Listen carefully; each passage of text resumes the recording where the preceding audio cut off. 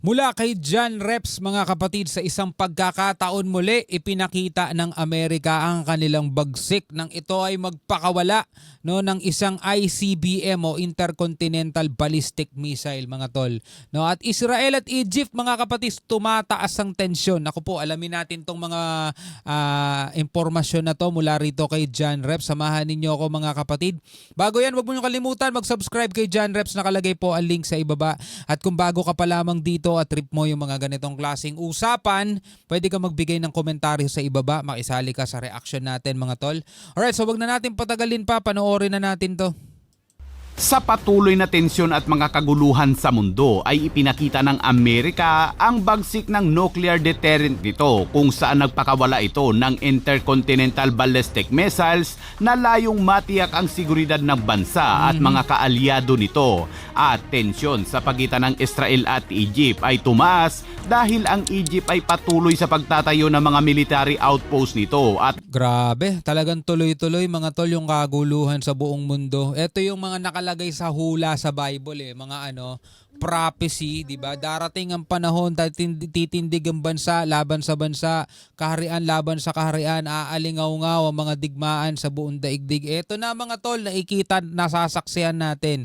Ikaw at ako, pareho tayong saksing buhay at ito'y patunay talaga na totoo ang Biblia at nalalapit na ang araw ng paghuhukom. nagpapadala ng maraming puwersa militar malapit sa Israel. Kaya't para malaman ang buong detalye ay tumutok at makinig na mabuti.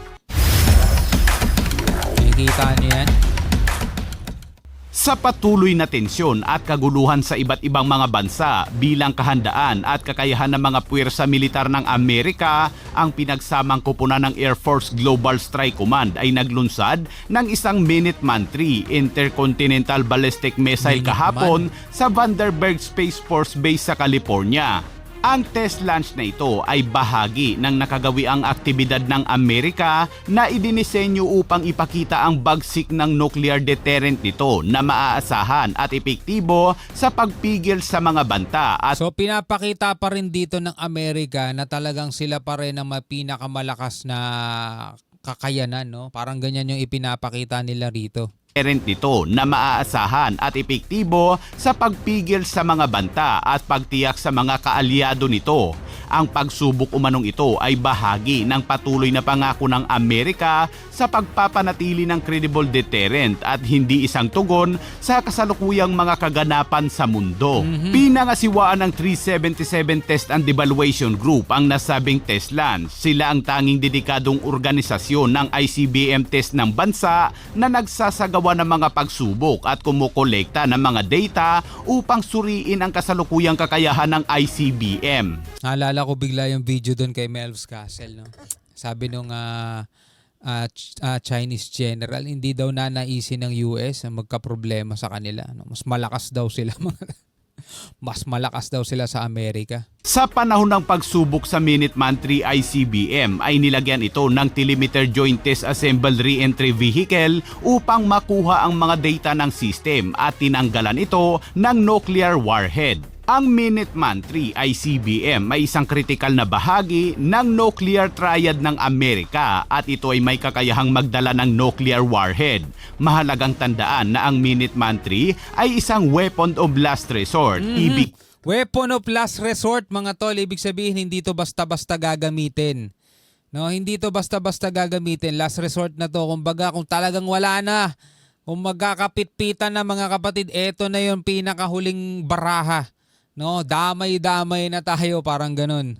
Mahalagang tandaan na ang Minuteman III ay isang weapon of last resort. Ibig sabihin, ito ay isa sa pinakahuling armas na gagamitin na idinisenyo upang hadlangan ang nuclear attack. Pero armas na gagamitin na idinisenyo upang hadlangan ang nuclear attack. Kung sakasakaling na talaga, tapusin na natin to, parang ganun, no? No, bahala na kayo sa buhay ninyo. Ito yung last resort mga tol. Ito na yung pinakahuling choice. Hanggat maaari, wag siyang gamitin. Parang gano'n. Hanggat maaari, di natin gagamitin to. Kung kayang-kaya nating talunin ang kalaban sa pamamagitan ng puwersa natin, ere, dagat at saka sa ground, gagamitin natin to. Ito, huling barahan na to, last resort. Pag di natin nakuha sa tatlong puwersang yan, gamitin na natin to. Yan, patay na kayo lahat dyan, yari. Pero sa panahon ng pagsubok, saan nga ba ito bumabagsak? Ganito yan mga kabayan, sa tuwing magsasagawa ng pagsubok ang Amerika sa kanilang mga ICBM ay tumatama ito malapit sa Marshall Island sa bahagi ng Pacific Ocean. Kapag pinakawalan na ito ay nakaalerto ang bawat base militar ng Amerika na madadaanan nito para i-monitor ang paglipad nito. Bukod pa dyan ay mayroon ding mga nakatalagang airmen at maintainer upang buntutan ang nasabing ICBM. Pero inaalis naman nila yung nuclear warhead kaya kumbaga blanco lang to, testing lang yan.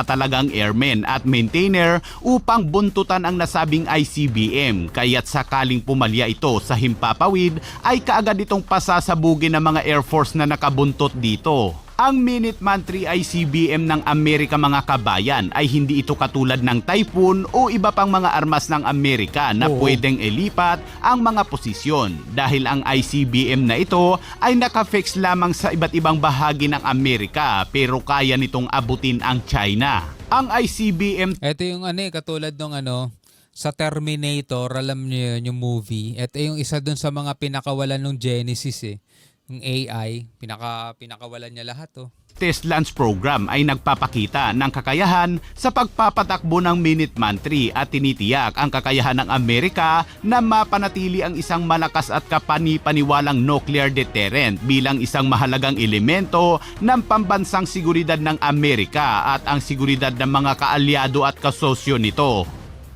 At sa balitang Middle East naman mga kabayan, ang mga tensyon sa pagitan ng Israel at Egypt ay tumataas dahil ang Egypt ay nagpapatuloy sa pagpapatayo ng mga military outpost sa Sinai Peninsula. Kinumpirma ng kamakailang satellite image at intelligence report ng Israel ang pagkakaroon ng mahigit 100 Egyptian tank malapit sa El Arish, mga bagong base militar, pinalawak na mga airfield at maraming deployment ng mga militar ng Egypt at marami sa mga ito ay lumampas sa mga limitasyon sa itinakda na 1979 Israel-Egypt Peace Treaty.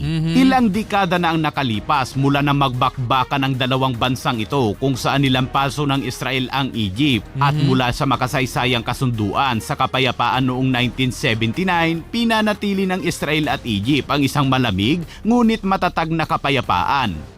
Sayang naman, sinisira nila yan, napakatagal na. Iginiit ng Egypt na ang mga puwersang ito ay nilalayong labanan ang terorismo ayon sa Israel ay iba ang iminungkahing sukat, infrastruktura at pangmatagalang katangiang build-up dahil wala naman umanong aktibidad ang mga terorista sa Sinai. Kaya't para sa Israel ito ay nagpapakita ng isang seryosong alalahanin sa seguridad na hindi maaaring baliwalain. Ang mga puwersa ng Egypt ay dinoble ang mga reserbang gasolina at nagtayo ng mga storage facility sa ilalim ng lupa na tinitiyak na maaari nilang mapanatili ang mga operasyon sa mahabang panahon. Dumami din ang mga militar ng Egypt sa mga border nito na dating 25,000, ngayon ay naging 42,000 na. At dahil dyan, ang Israel ay naglabas ng matinding babala tungkol sa pagbuo ng militar ng Egypt na sinasabi nitong isang napakaseryosong paglabag sa kasunduan sa kapayapaan noong 1979. Grabe, ang tagal na 1979 na, payapa na sana, ngayon nagsisimula na naman ang tensyon. Binigyang diin ang pagkadismaya ng Israel sa unti-unting pagpasok ng Egypt nang lampas sa mga limitasyon ng kasunduan at nagtakda ng yugto para sa isang posibleng labanan. Kumbaga lumalagpas yung Egypt doon sa boundary ng kanilang pinagkasunduan. Kaya nagkakaroon ng mga ganyang klaseng tensyon. Anyway mga kapatid, di naman na tayo nagugulat sa mga ganitong mga balita actually Kasi nga, pinagpauna na yan nung unang panahon pa, panahon na nandirito pa sa lupa ang Panginoong Hesukristo, di ba? Andiyan dyan na yung mga palatandaan ano ba yung mga makikita natin?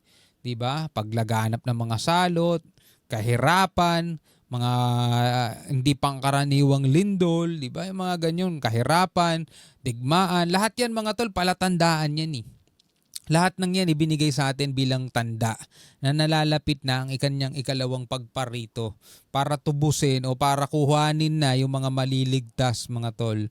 Sa lahat ng yan mga kapatid, kailangan talaga mangyari kasi yan na magpapatunay na totoo ang banal na kasulatan. At magdududa ka pa ba?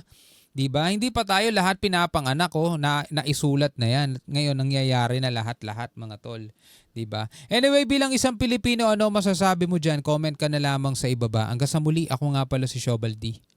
Peace out.